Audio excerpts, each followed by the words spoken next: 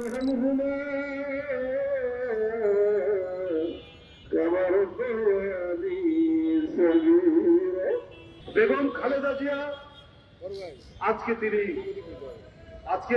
আজকে তার এই মুমূর্ষ, এই রোগাক্রান্ত, এই অসুস্থতা তো ওই হাসিনার কারণে, কিন্তু জনগণের হৃদয় থেকে, জনগণের হৃদয় তন্ত্রী ছিঁড়ে যে ভালোবাসা, যে শ্রদ্ধা, যে আকুলতা, যে আবেগ দেশনেত্রীর জন্য আজকে সারা দেশে প্রকাশ করছে। এইটা আমরা যারা তার কর্মী, আমরা যারা সেই নেত্রীর আদর্শকে ধারণ করি, আমরা এই ভালোবাসার আমরা কি জবাব দেব সেটা আমরা। Begum Khaleda Zia, she belongs to conviction।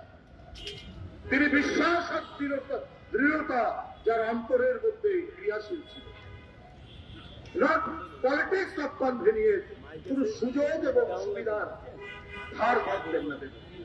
এই জন্যই তো আজকে মানুষের এত ভালোবাসা, এই জন্যই তো মানুষের আজকে এত গভীর ভাবে তাকে মানুষ রক্ষা করছে।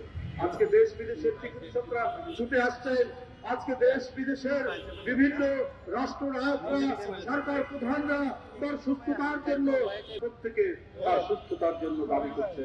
নিশ্চয়ই একটি জাতির সকল মানুষ যখন আল্লাহর দরবারে মোনাজাত করে কোনো কিছুর জন্য, আল্লাহ সেটা কবুল করেন।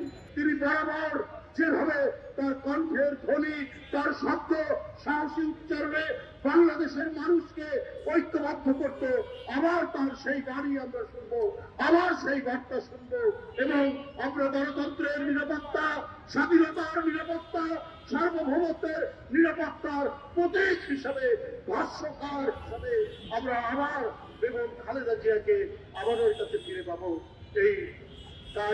তাই মনোবাক্যে আল্লাহর কাছে আমরা সেই প্রার্থনা করছি।